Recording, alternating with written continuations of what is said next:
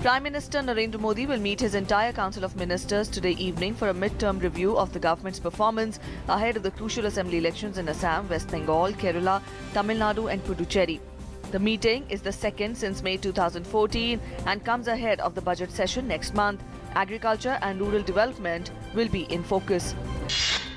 Supreme Court to hear today the Congress Party's petition challenging the centre's decision to impose President's rule in Arunachal Pradesh. President had yesterday given his assent to President's rule following recommendation of Union Cabinet. Former Delhi Police Commissioner Y.S. Dadwal and retired IAS officer G.S. Patnaik have been appointed as advisors to the Arunachal Pradesh governor after the centre brought the state under President's rule.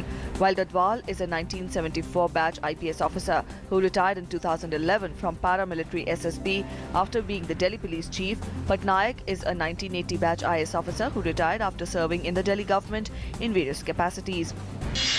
NCP Chief Sharad Pawar has been discharged after he had recovered from a minor kidney problem and water retention, for which he was admitted on 24th of January in Ruby Hall Clinic. Maharashtra Chief Minister Devendra Fadnavis has said that his government believed in freedom of worship for women hours after the state police stopped women activists from entering a Shani temple to challenge tradition. Fadnavis tweeted after police took hundreds of women activists into preventive custody when they tried to march into the Shani Shingnapur temple in Maharashtra to enter the inner sanctum. Two more people have been detained by central security agencies in connection with the recently busted Pan-India terror module owing allegiance to the Islamic State and will be handed over to the NIA soon. Continuing with its operations against the group, the security agencies picked up a youth from Hyderabad and another person from Maharashtra.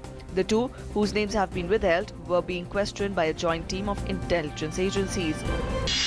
In yet another attempt to give a fillip to tourism, the Goa government will launch heli-tourism in partnership with Pawan Hans Limited from 1st of February.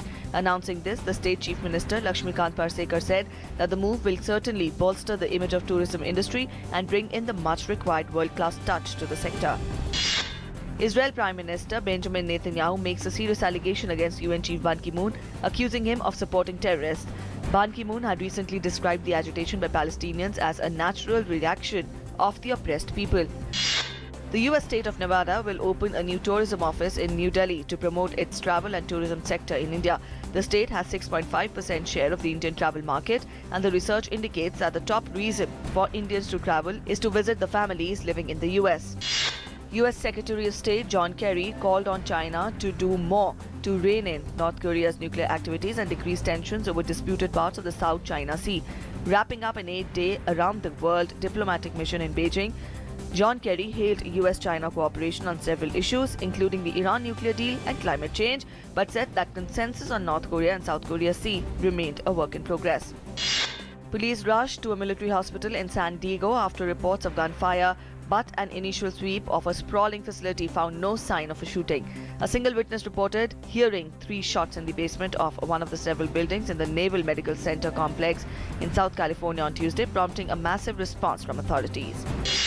Denmark's parliament passed a controversial law that allows authorities to seize valuables and cash from refugees. The move comes in despite protests from international human rights organizations. Under the bill, refugees could keep possessions amounting to 10,000 Danish crowns, raised from 3,000 crowns after criticism from human rights organizations.